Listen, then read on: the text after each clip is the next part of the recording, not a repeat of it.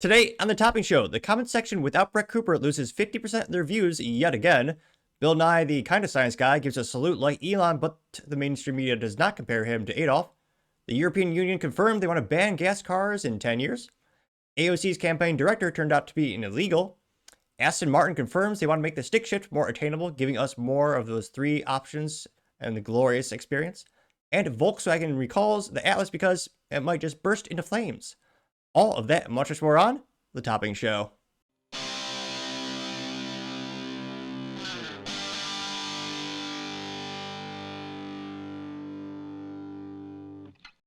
Thank you everyone for taking the time to tune in today. Today's episode of The Topping Show is proudly sponsored by Topping Technologies.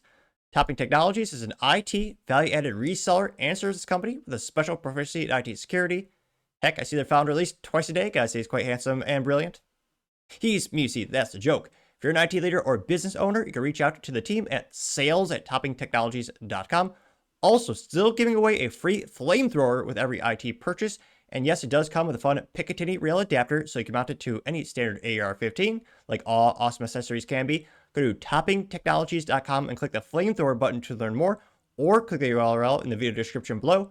Lastly, trying to get to 5,000 subscribers by the end of the month, so if you can click that button and tell your friends, I would greatly appreciate it. Now going over to the business part podcast, you have Aston Martin confirms they want to make the stick shift more attainable, giving us the option of having 3 pedals as all cars should be by default, obviously. Now this comes to us thanks to carbuzz.com, specifically Brett Evans, who's a writer over there. And here you can see the beauty, an Aston Martin with a stick shift. There's, in this case, it's a high quality wood material for the actual shift knob. And of course, in weird Aston Martin fashion, you do have the little start-stop button in the middle of the console, but she's their own, a little bit weird over there across the pond, as the Brits would say. And they say, quote, Aston Martin to make the manual transmission more attainable. Now, they say, quote, more manual transmission Aston Martin sports cars may be on the way very soon. Good news for anyone who misses a 2 hands, 2 feet driving experience. Speaking in a roundtable discussion with members of the media, company CEO Adrian Hallmark thinks manual transmissions should be a comeback in more than just a, quote, ultra-exclusive special editions. Aston Martin's last mainstream stick shift was produced limited to the 2019 Aston Vantage AMR, although the company built as many manually equipped first-generation Vantages as customers wanted until the 2018 model year. Now, they say, as reported by Motor One, Hallmark says that Porsche has proved that there's a market for manual transmissions across the sports car lineup. Fact check, true. Pointing specifically at the 911 GT3 and the 911 ST, the Aston CEO said that customers at a higher market still want to shift themselves.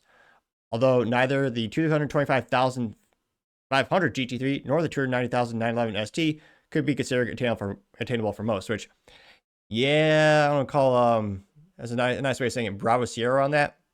Also known as bullshit. Yeah, and again, Porsches start off at $120,000, and I believe there's a Carrera T, where that only comes with a stick shift. I really like that. It's really for the enthusiast. But yeah, I wouldn't say, $250,000 is entry level these days. Now, he continues saying, quote, there's still a tenth of the price for the Aston Martin's only current model, the $2 million Valor, which, yeah, in comparison, that is that's a hot deal. That's a bargain. Now, he also says, quote, I was going to say, I'll pull up there, Aston on the screen right there, which, Aston Martin always had really good styling and beautiful designs throughout the years. He said that Hallmark also wants to catch up Porsche by offering his cars more expansive upgrades beyond the usual color and upholstery options. We might have more than an Aston Martin just gray, which that would be, I don't want to say it first, but they're not known for making a lot of fun colors. They're mainly known for making James Bond cars. And sometimes have a stick shift. Now, they say that could mean a stripped down manually shifted Vantage to do battle with the 911 Carrera T or a tuned DB12 with more power a la 911 Turbo S. While those mechanical alterations would take a while to develop, Aston Martin plans to offer these special liveries and trim packages within 18 months to keep the models interesting, which would be a pretty good way to do it. And again, just aesthetically speaking, some of those beautiful cars out there. And there you can see the interior, which that steering wheel is a little bit dated in terms of the design. That's the one part of the car that really looks like an eyesore. Everything else in the interior looks beautiful. And obviously, the stick shift in the center console, that really is, where we're all looking at right now. Now they say, quote, putting vibrating bodies in its EVs to imitate V12 thrills. What the heck? What kind of abomination is this? That's a good article. Now, they say, quote, apart from resurrecting a manual transmission for some of its volume sales, Aston is considering adding unheard of technology to its future EVs to ensure they're fun to drive. According to article, Hallmark rolled out the phony noises and gear shifts of the frisky Hyundai Ioniq 5, sorry about that. It's definitely not iconic by any means necessary. But Aston is considering adding exciters and oscillators to the car's body to imitate the revs and vibrations of a V12, which that's just soulless. It's cruel to tease people knowing that they could have got an Aston Martin with a V12 and they have something else. I'm not sure about that business model or that idea. But I mean, again, having an option for a third pedal for more than just your $2 million car, that would be really cool. And again, rare. When you think of high-end performance vehicles that have 3 pedals these days, Porsche has a monopoly, and they are the best company in terms of giving the customer what they want and letting them customize it up the wazoo. I mean, shoot, my dream Porsche, 911, the paint, they have a really nice signal green paint. It looks amazing. It also costs more than my current car now, which is, it's got to be comically profitable for Volkswagen, which is, rumored to be 50+% margins when it comes to the 911. It's also the icon of the whole portfolio. But yeah, I mean, think about it. Ferrari, they've been automatic only for over a decade. Lamborghini, same, automatic only. Maserati, they're somehow still in business. I mean, all the major ones, I mean, even the Corvette, a staple of America, that's acquiesced to only having 2 pedals, also known as an automatic transmission. Now, don't get me wrong, there's the iconic Ford Mustang, thank God, still comes with a V8 and a stick shift, but that's not really in the same upper echelon as like a more of a high-end sports car like a 911 or, an Aston Martin. So for Aston Martin to come down a little bit of that price point, now, realistically, will they take any market share from Porsche? I don't really think so. Again, the cars are kind of like, apples and oranges, with the Porsche 911 being a lot more small, nimble, and track focused. With Aston Martin does have some racing heritage. They've done some cool things, but I always think of them more of a, it's handcrafted in England. They really drive that point home with their marketing. And to me, it was always the luxury in the James Bond car, because again, that's how it kind of rose to fame for a lot of people. That's where you first see it on the silver screen was, Pierce, all the original James Bond. I mean, Sean Connery had it. I mean, Daniel Craig, it's just a staple of the show or movie. So it'll be interesting to see. I think it'll probably create new customers. Maybe, I don't think it'll take any customers away from Porsche, but let me know your thoughts and comments, because as always, be festive to hear what you have to say. Now, going over to the cultural part of the podcast, you have the comment section without Brett Cooper. Another 30 days, another 50% drop in viewership, which is quite a few to say the least. Perhaps this belongs in the business blunder part of the podcast. But in all seriousness, it's not looking good. And I mean, by now they have to be losing money. I mean, a fair amount. I believe Ben Shapiro did admit about 30% of the company's revenue comes from YouTube ads. Now, granted, the company's known for building their own infrastructure and having Daily Wire Plus, where you pay, a subscription for that. You get some, behind the scenes cool widgets and stuff like that. But a fair amount of the revenue comes from the YouTube, and they have a handful of creators, but it's still like 4 to 5. They don't have it's not high volume of creators, so you need to make everyone, count. And it's not looking great since they swapped out Brett Cooper for what we, pejoratively, comically call Team with Brett Cooper, or 3 people do call her Reagan. Now, going to one of my favorite websites for statistical analysis around the YouTube is socialblade.com. And here you can see, the views are down yet again. So in the past 30 days, the views have dropped 53.6% to 4.541 million views, which as an individual creator, that would be life-changing to have that many views in 30 days. I mean, I'm not saying I would buy a Porsche, but at least I get a nice Porsche poster board, or what would I get?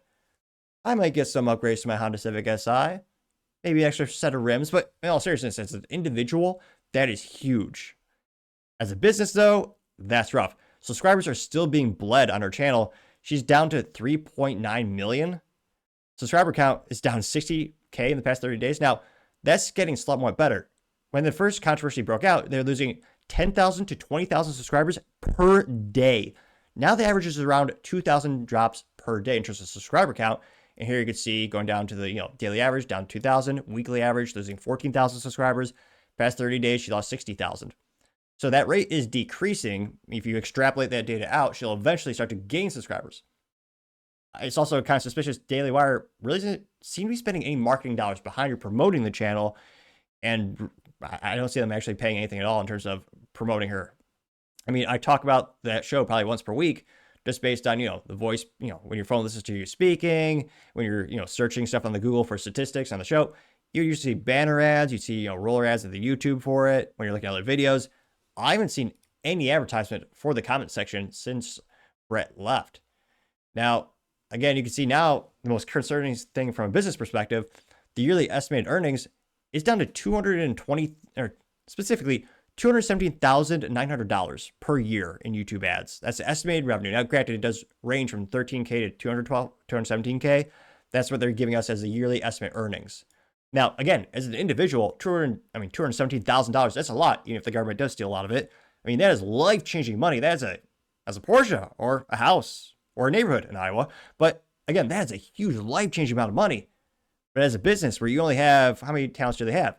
Ben Shapiro, Matt Walsh, Michael Knowles, Andrew Clavin, kinda, he's around there. They don't have a lot of options for their talent. Well, they do, I should say. They don't have a lot of talent on staff right now in terms of large volume. So, again, the rumor is they're paying her, $300,000 to $400,000 per year. On the YouTube alone, they're losing money. Now, again, the YouTube still acts as a sales funnel to their Daily Wire Plus website, their membership. But, I mean, this isn't even enough to cover her salary. Whereas, again, you look at, Ben Shapiro, Matt Walsh, they're making a lot more money, which, again, not only are they probably getting paid more, but their channels are, positive in that regard. And she just keeps losing the views. I mean, again, down 53.6%. And let's just go to her latest video here. If you pull it up on the YouTube these days. Oh, let's see here. Oh yeah, I got to scroll to the side. Go to her YouTube channel here. Hey guys, thanks for joining me for another episode of Yeah. I mean, her videos are now averaging 18 to 25,000 views per episode or per video, which again, as an individual, that would be awesome. That'd be a personal record for me. But as someone who has a business behind her, which again, Daily Wire has about 250 plus employees, I mean, that's terrible. They have to be losing money at this point. Now, maybe I'm too harsh in my assessment. Maybe they're finally letting Reagan be Reagan and being her own personality, not copying Brett Cooper's mannerisms, voice, and hand gestures. But let's check out the latest video. We're talking about Meghan Markle's show. Meghan Markle out, if that is even really her last name, which we will get into. But the reviews are in, and they are what we all expected. 2.4 out of 10. You have a lot of budget if you have this many camera cuts. Jeez Louise, how many is that? According to IMDb. This is the worst. Rough. Forbes wrote about it and said, Meghan Markle's With Love, Meghan, roasted by critics, the royal couple's latest media venture struggle. I mean, it's every time. 60% of the time, it works every time. Unlike your channel in terms of making money, which, yeah, they got a lot of camera jumps. I know it's not like they have 58 cameras or zooming in and stuff, but still. And again, it's got a couple hundred likes. I mean, the comments, some of them are actually constructive in terms of being positive about her. A couple fake comments here, of course, and then a couple roasting her. But yeah, it's getting slightly better. I mean, one of the first comments simply says, "Are you still here?" I mean, she is for now. A lot of people, Kyle Murren says, bring Brett back. You're not even a host, getting 7 likes, which, again, prior to the controversy, she was the producer for the show. Although another top comment says, more of a disaster than the comment section, getting 9 likes. A couple of people pointing out how the views, I mean, again, when Brett Cooper was leading the show, they were getting about 100,000 views on average per video. And now, again, it's down to 13 to 20,000 views per episode. So they continue to bleed views. They're losing subscribers.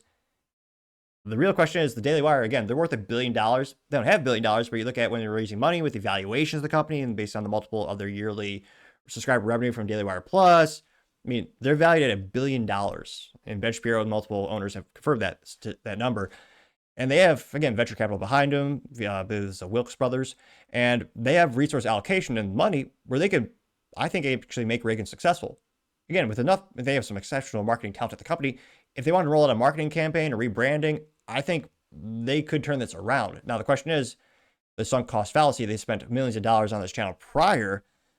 How much money are they willing to pour back into it to make it profitable again? Because again, right now, even if every one of her viewers becomes, they pay like $75 or $250 to be a Daily Wire subscriber, I mean, is it really making money? And again, it's not just her on camera. She has a team of, makeup artists. She's got producers, editors, obviously. I mean, there's a lot of folks working behind the camera to make the show right now. And I'm just suspicious. I really wonder how much longer this can be a thing before, just fiscally speaking, they can't afford to keep bleeding money on this project. I mean, don't get me wrong. Some companies for years famously lose money. Amazon perhaps being one of the most historical reference points of all time. They lost money for years until they finally made a profit. But again, this is a smaller company, 250 employees, a lot of revenue. Don't get me wrong. Estimated like $200 million in revenue from their subscriptions. That's hugely, incredibly successful. A lot of overhead.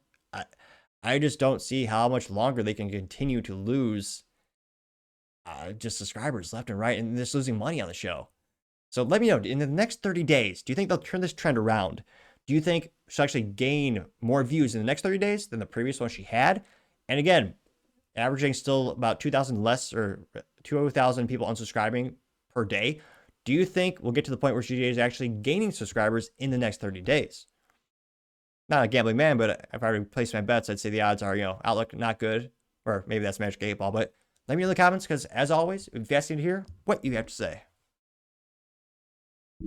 Other interesting cultural news, you have Bill Nye, the kind of science guy, giving a salute, but the mainstream media is not comparing him to the bad guy from World War II, like they did with Elon Musk.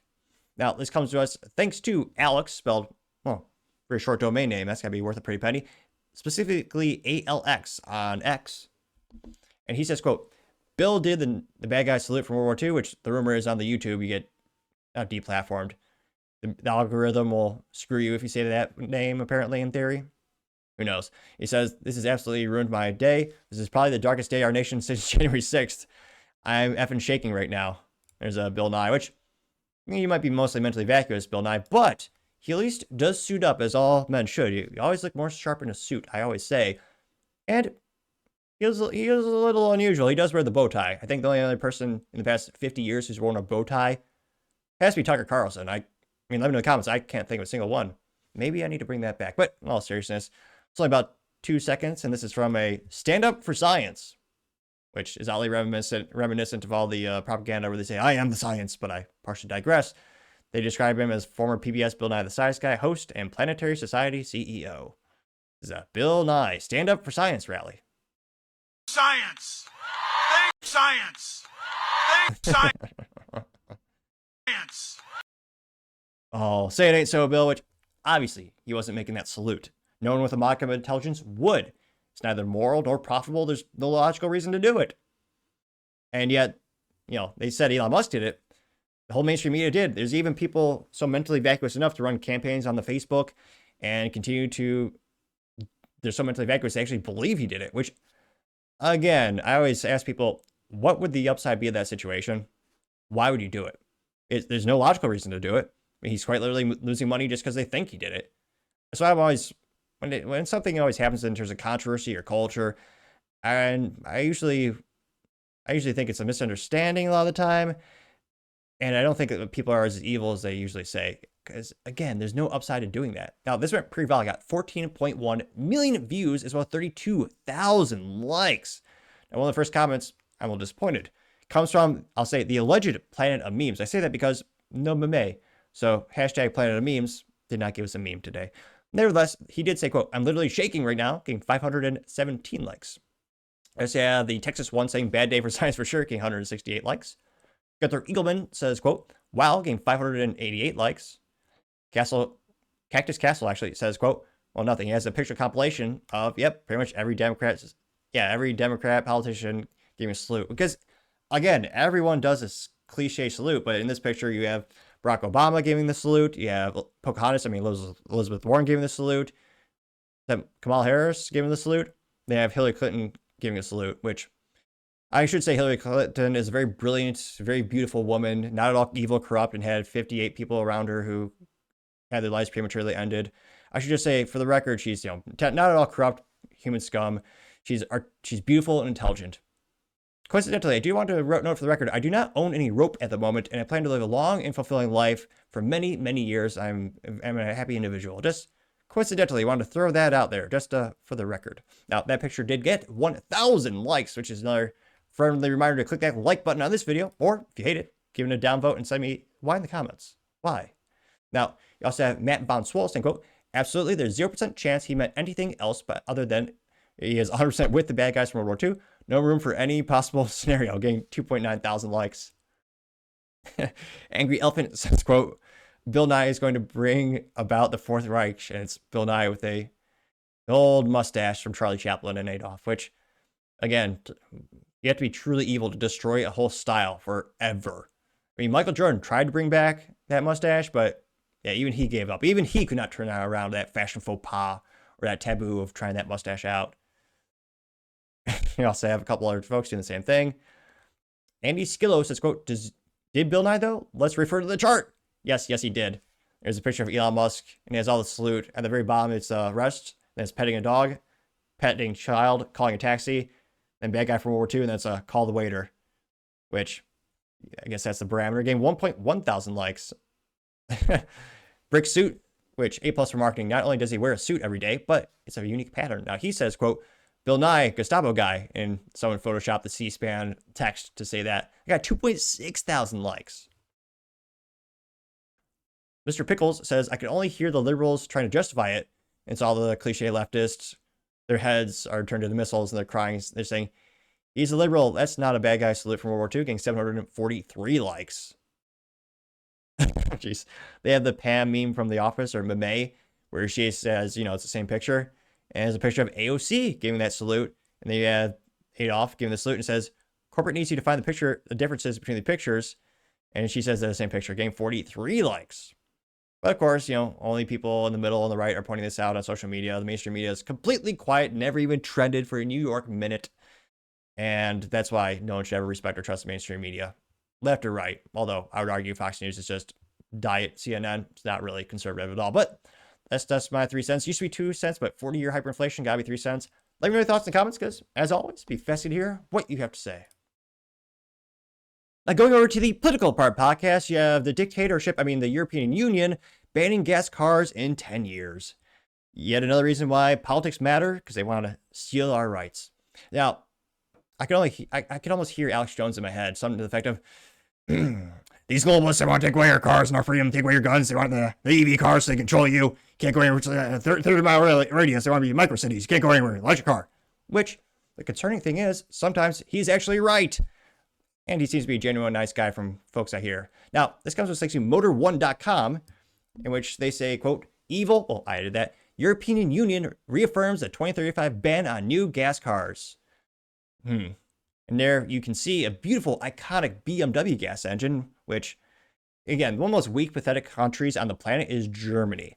Not only do they basically let their country be conquered the past couple of years with unregulated illegal immigration, but Germany basically invented the car, the Mercedes, or Daimler, Mercedes-Benz, and they have the greatest brands, for sports cars, the Porsche, Volkswagen. Well, Volkswagen's kind of dying in terms of that specific brand, but great portfolio of brands. Volkswagen owns Porsche, Ducati, Bugatti.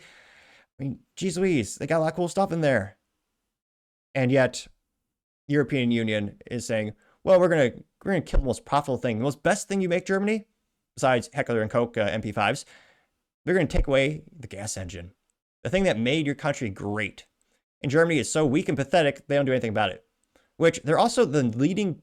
They are the leader of the EU in terms of GDP and contributions. Shoot, I'd also argue research, development, innovation. And yet Germany's going, oh, it's okay, we won't make gas cars. We'll let China win everything, because you can't beat China when it comes to replicating technology, and EVs are, glorified smartphones on wheels. So it's just so pathetic. And again, if you're a European and you're a citizen in those countries, stand up and grow a pair peacefully, let your opinion be known, vote those globalists out, so you actually get these beautiful cars. Again, Europe makes some of the best cars, not the most reliable, although Porsche's pretty good, and yet they're killing them all. It's so sad. The thing that made, and again, I'm obviously a gearhead. If you haven't tuned into the show, I'm very passionate. Again, it's not Porsche, but I love my little Honda Civic Si with the stick shift. It's got a 4-banger and a turbo. And again, shifting the corner, can't beat that feeling. And I would love, my dream is to have a Porsche 911. Ideally in a cool green color, maybe 911 GT3. Now, again, they might be able to sell them to the US market, but this is for the European Union, which I'm not a fan of all alliances, and they're bailing out losers like Greece who consistently don't know how to be fiscally responsible. Now, again, not trying to be too bombastic, but it's just so viscerally disgusting that the government is taking away these products from folks. And of course, they claim to care about the pollution in Mother Nature and Gala and all that kind of stuff. And yet, China and India pollute more in a day than most countries in a year. But I partially digress. Just partially. Now, this is brought to us thanks to Adrian, who's a writer at Motor1.com. Now, he says, quote, I still find it hard to believe that automakers won't be allowed to sell new gasoline or diesel cars in Europe in a mere 10 years. So weak and pathetic. Technically, it's not an outright ban, like in the US. Thankfully, Trump should fix that. He says, quote, it's not an outright ban on the internal combustion engines as regulate mandates zero CO2 emissions, rather than prohibiting ICE outright. So you can't have any CO2, you can make that, but you just can't turn it on. Again, this is why a lot of people are wondering why you make so many EVs in the United States. There's consumer demand, don't get me wrong, but it's a de facto ban on gas engines. When Harris administration were in office, not only do they have the EPA for fuel, mandates, so you had a fleet average for fuel economy, mile per gallon, aka, I guess in the European they call it kilowatt per mile or kilometer, whatever they call it over there. America, we use cool terms and real measurements. I partially digress, but you also had emissions averages as well. I mean, is at a point where Ford was almost fined $1.9 billion because they didn't make enough EVs to offset the good things, the profitable things they make, like the Mustang and the Ford F-150 and 250 and 350 and 450, all the F-150s. So they have all these things. So it's not a ban technically, but it's a de facto ban. They're doing the same crap in Europe too.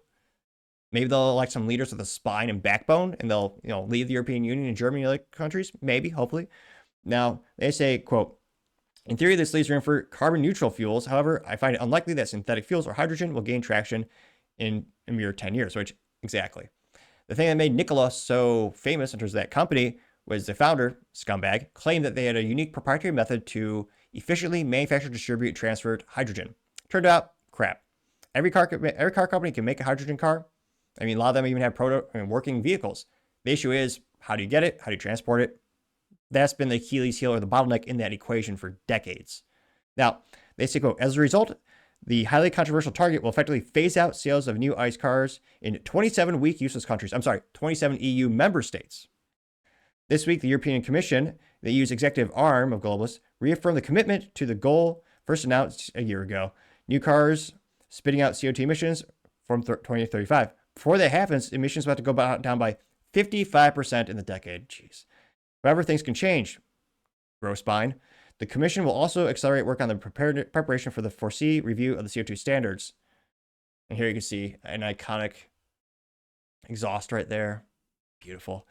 In the meantime, automakers will receive support to help them meet intermediate targets. The CO2 goals set for 2025 are around 50% lower than the previous standards introduced in 2021. The change puts many companies at risk of paying huge fines for exceeding fleet emission standards.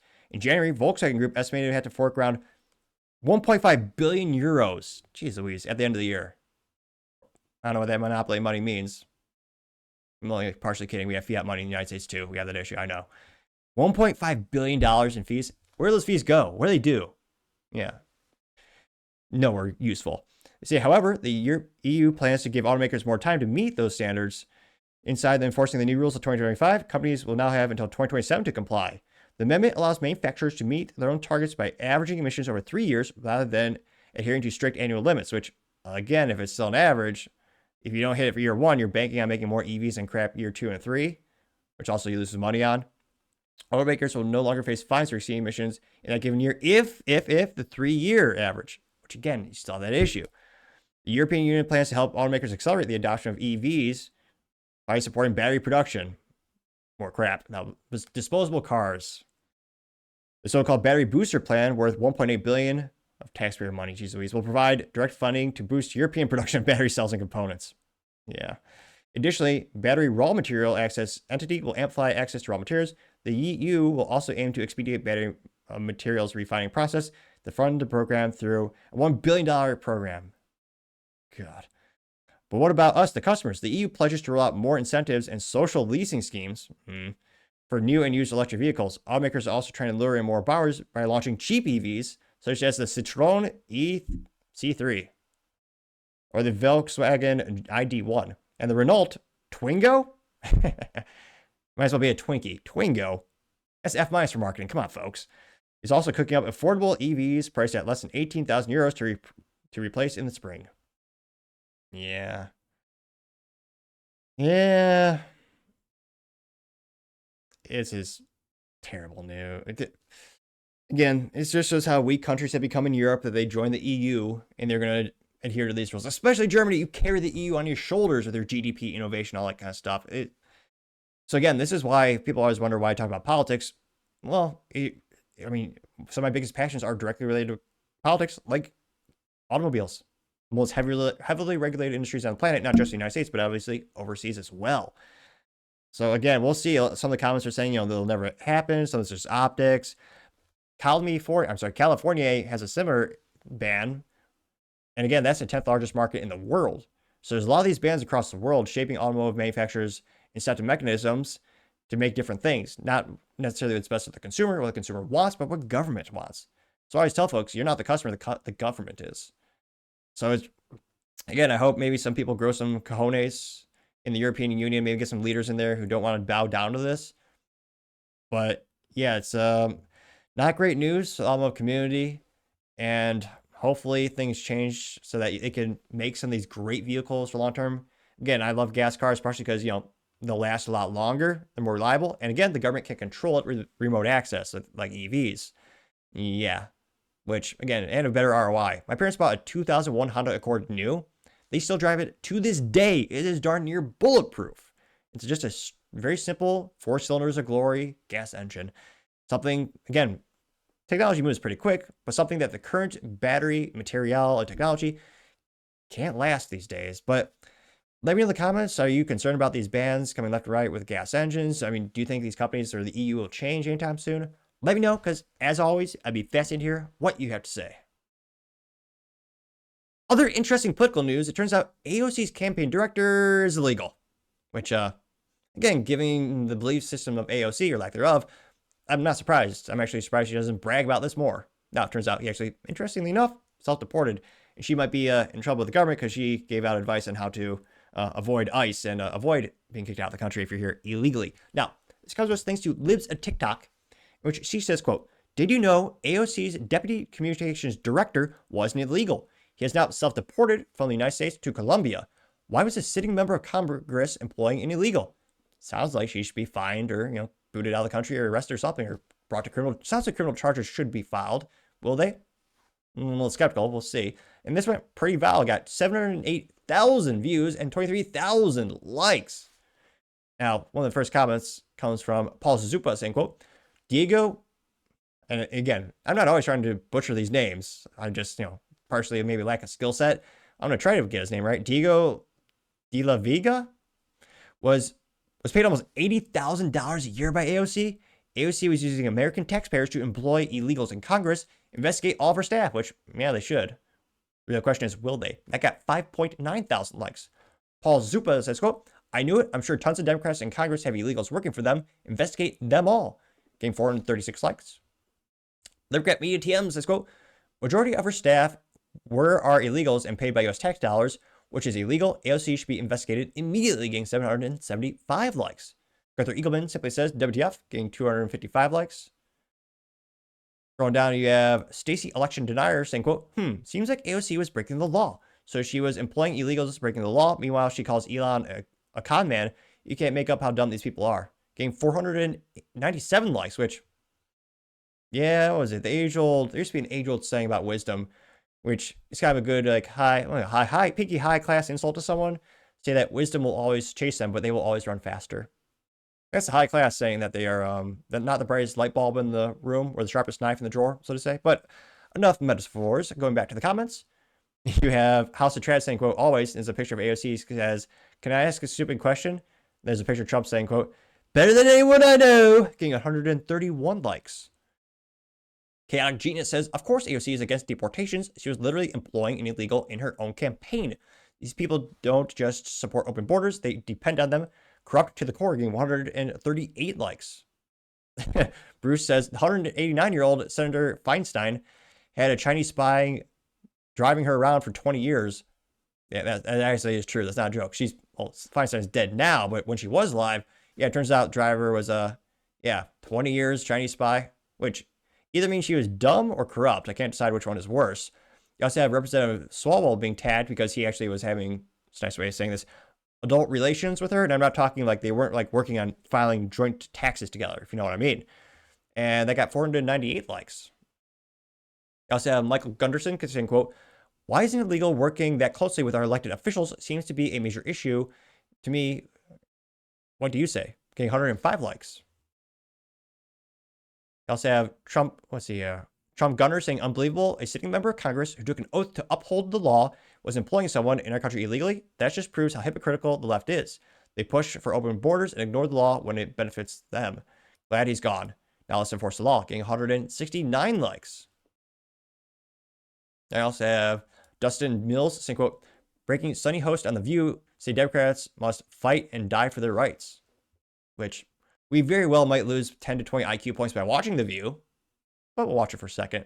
Oh, you like that, huh? Touching. It's touching. But it didn't unite them all because 10 Democrats voted to censure Green. Wow. Do you want a list of the 10? Do you want to hear their name? Yes, I do.